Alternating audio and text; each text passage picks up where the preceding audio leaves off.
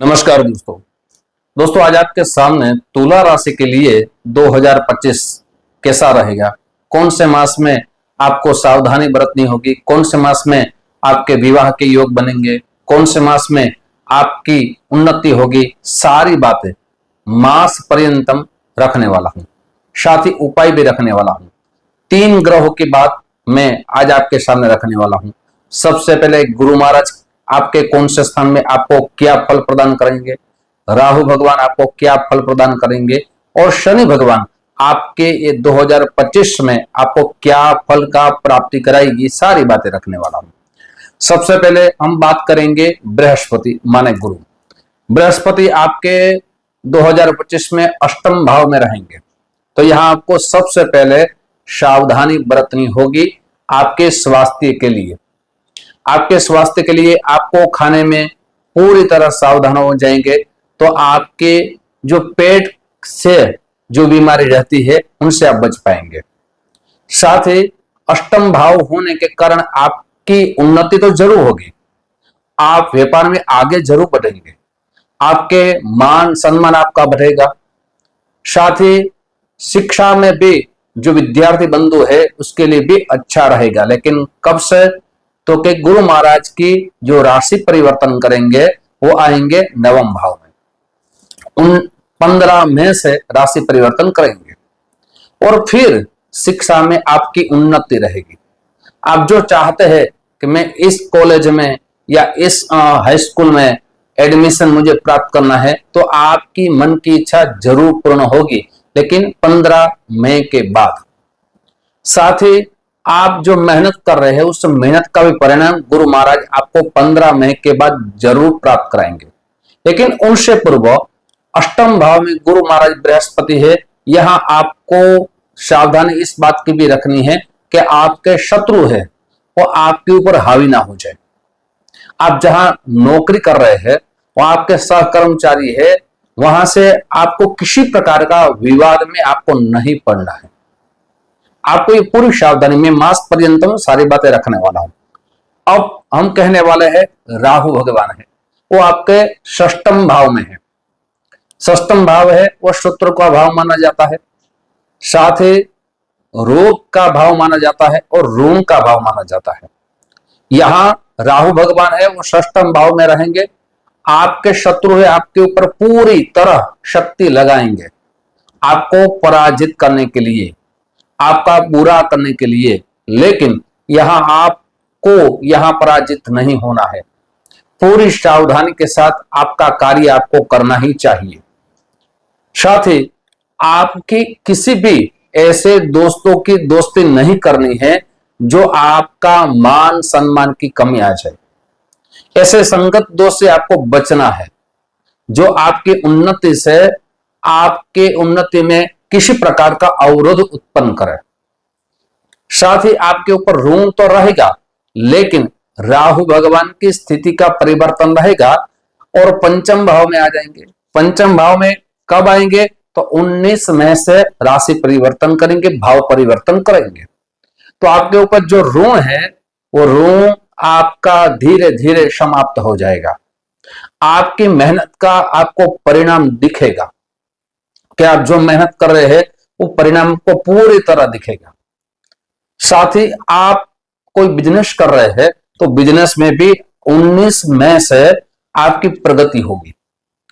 पूर्व में जो आपने पैसे लगाए हैं उस पैसे का आपको जो फल मिलना चाहिए पूरी तरह फल आपको प्राप्त रहेगा। अब दोस्तों मैं कहने वाला हूं शनि भगवान है वो आपके पंचम भाव में है, जो अभी वक्री चल रहे हैं, और पंचम भाव में 1 अप्रैल से शनि भगवान फिर से राशि परिवर्तन करेंगे और षष्टम भाव में आ जाएंगे। शनि भगवान की स्थिति आपके लिए अच्छी है। साथ ही मानसिक आपको थोड़ी सी चिंता रह सकती है, लेकिन उस चिंता से आपको पूरी तरह आनंद में रहना है। षष्टम भाव में शनि भगवान है, आपकी कुछ कार्य में रुकावट भी कर सकते हैं, आपके कार्य में थोड़ा विलंब भी कर सकते हैं, लेकिन आपको पूरी तरह आलस का त्याग करना चाहिए।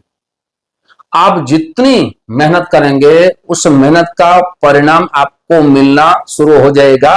शनि भगवान राशि परिवर्तन करेंगे बाद में।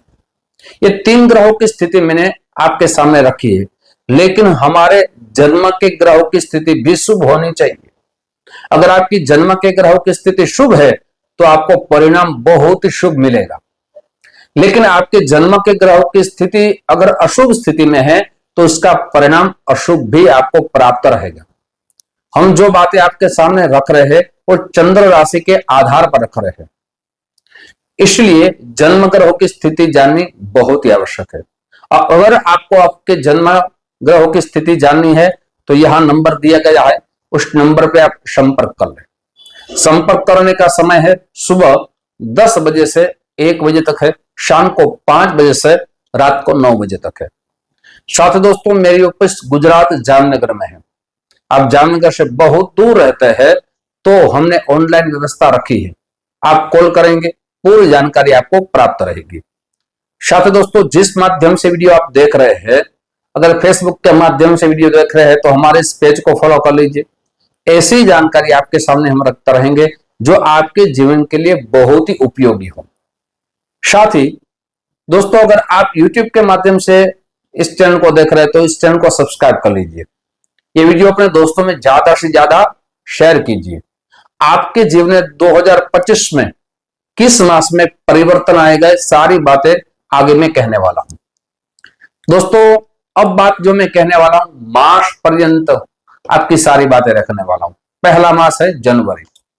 जनवरी मास में आपको चिंता तो रहेगी, आप चिंता करने लगेंगे, लेकिन यहां आपको मान सम्मान बढ़ेगा। आपके कार्य क्षेत्र में आप जरूर आगे बढ़ेंगे। आप जो उत्साह के साथ कार्य करने वाले हैं उनमें से आपको ज्यादा आनंद मिलेगा। आपको परिवार से पूर्णतः सहयोग प्राप्त रहेगा। इसलिए कहा जाए ये पहला मास है आपके लिए मध्यम स्थिति में रहेगा। दूसरा मास है वो विद्यार्थी बंधु के लिए बहुत ही अच्छा रहेगा।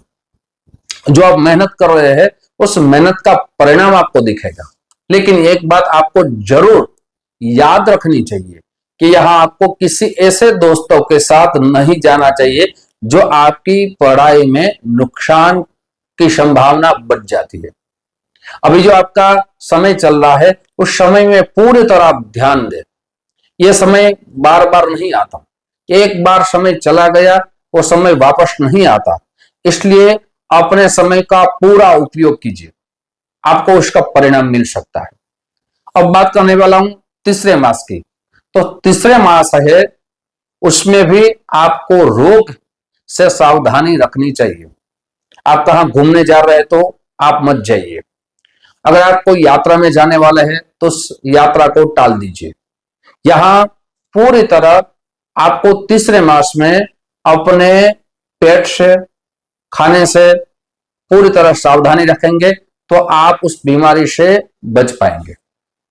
साथ ही तीसरा मास है उसमें आपके जो कार्य कर रहे हैं उस कार्य में फिर से आपका शत्रु परेशान आपको कर सकते हैं।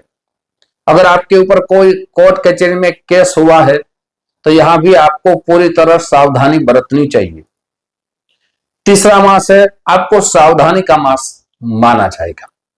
अब जो बात करने वाला हूं वो है चतुर्थ मास माने अप्रैल मास। उस अप्रैल मास में आप कोई नया कार्य करेंगे। आप जो कार्य कर रहे हैं उसमें कोई नया व्यापार करने वाले हैं या आप कोई नई नौकरी में आप जाने वाले हैं, आप इंटरव्यू दे चुके हैं, तो ये चतुर्थ मास है आपके लिए बहुत ही अच्छा रहेगा। कहा जाए आप जो नया कार्य करेंगे उसमें आपको सफलता प्राप्त रहेगी। अब बात करने वाला हूं पंचम मास में। पंचम मास में जो 2 ग्रह राशि परिवर्तन करेंगे, ऐसा कहिए तो 3 ग्रह भी राशि परिवर्तन कर सकते हैं। सबसे पहले गुरु महाराज है, साथ ही शनि भी देव है और राहु है। तो यह राशि परिवर्तन करने के बाद आपके जीवन में भी परिवर्तन आ रहेगा।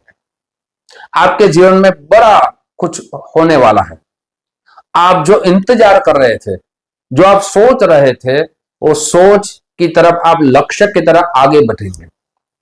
और ये कार्य है वो षष्ठम मास में पूर्ण होगा। कहा जाए षष्ठम मास में आपके विवाह के रिश्ते भी अच्छे आएंगे। आपके विवाह में जो रुकावट आ रही थी वो रुकावट आपकी पूर्ण तरह जरूर दूर हो सकती है। षष्ठम मास है आपके लिए लकी साबित हो सकता है, भाग्योदय का मास हो सकता है और विवाह के भी लिए अच्छा मास हो सकता है। सप्तम मास वो भी आपके लिए अच्छा है। पंचम मास से शुरुआत होगी, षष्ठम मास, सप्तम मास, ये 3 मास है आपको पूरी तरह लाभ लेना चाहिए। ये मास को आपको चला नहीं देना चाहिए, पूरी तरह सावधानी के साथ उसका लाभ लीजिए। यह समय चला गया तो आपका समय चला गया, ऐसी पूरी तरह आपको तैयारी करनी चाहिए। अब बात करने वाला हूं अष्टम मास। अष्टम मास है आपके लिए अच्छा रहेगा, लेकिन यहां आपको पूरी तरह सावधानी बरतनी होगी। आपके ऊपर पैसे की जिम्मेदारी, आपका पैसा है, जहां भी लगाना चाहते हैं पूरी सावधानी के साथ लगाइए। साथ ही आपके कोई पूरा विश्वास जिसके ऊपर आप कर रहे हैं, आप उसको पैसे की लेन देन कीजिए, वरना आपका पैसा फंस सकता है। आप पार्टनरशिप में बिजनेस कर रहे हैं तो यहां भी पूरी तरह सावधानी आपको बरतनी चाहिए। अष्टम मास में पति पत्नी के बीच किसी प्रकार का विवाद ना हो और यह विवाद बड़ा ना हो, यहां पूरी तरह आपको संभल के आगे बढ़ना चाहिए। अब बात करने वाला हूं नवम मास की। नवम मास है वो भी आपको पूरी तरह संभलना होगा। आपके ऊपर किसी प्रकार का कोई आरोप ना हो जाए। आप राजनीति से जुड़े हैं तो यहां आपकी पद उन्नति हो रही है, लेकिन उसमें पूरी तरह आपको बोलने में, कार्य करने में पूरी तरह आपको संभलना होगा। फिर आपकी पदोन्नति में कोई आपके शत्रु है आपको परेशान ना कर दे, आपकी प्रगति रुक ना जाए, पूरी तरह यहां आपको संभलना चाहिए। 10वां मास है आपके लिए अच्छा लाभ प्रदान करेंगे। आपको 10वें मास में शेयर बाजार में आप पैसा लगा रहे हैं तो यहां आपको सावधानी के साथ पैसा लगाना चाहिए, या पैसा आपका ब्लॉक ना हो जाए, या 10वें मास में और जगह आप पैसा लगा रहे हैं तो वहां भी आपको सावधानी आपको बरतनी होगी। अब बात करने वाला हूं जो 11वां मास है, वहां आपके परिवार में जो सहयोग मिल रहा है आपको ज्यादा सहयोग मिलेगा। आप जहां नौकरी कर रहे हैं वहां से भी आपके सह कर्मचारी से आपको सहयोग मिलेगा। आपके काम से आपके बॉस जरूर खुश होंगे, इसलिए आपकी उन्नति होगी, पदोन्नति होगी, आपकी सैलरी बढ़ेगी। साथ ही विदेश से आप कोई कार्य कर रहे हैं तो यहां भी आपको लाभ जरूर मिलेगा। अब बात करने वाला हूं लास्ट मास है दिसंबर मास, 12वां मास है, वो भी आपके लिए अच्छा रहेगा। विद्यार्थी बंधु के लिए अच्छा रहेगा। साथ साथ तुला राशि के लिए 12वां मास है, विवाह के लिए अच्छे योग निर्माण करेंगे। आप उन्नति की तरफ जाएंगे, आप जो कार्य करना चाहते हैं उसमें आपको आगे बढ़ेंगे। दोस्तों, कौन सा मास सावधानी बरतनी है, कौन से मास में लाभ मिलेगा, सारी बातें आज आपके सामने मैंने रखी है। अब आपको उपाय क्या करना चाहिए? जिस मास में आपके ग्रहों की स्थिति अच्छी नहीं है वहां आपको क्या उपाय करने चाहिए? जो उपाय दे रहा हूं वो चंद्र राशि के आधार पर दे रहा हूं। सबसे पहले प्रतिदिन आपको एक शनि चालीसा का पाठ करना चाहिए। साथ ही आपको यहां श्वेत वस्तु का दान करना चाहिए।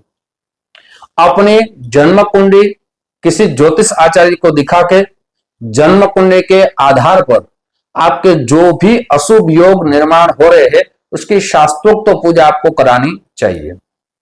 साथ ही आपको श्री सूक्त का एक पाठ अवश्य करना चाहिए।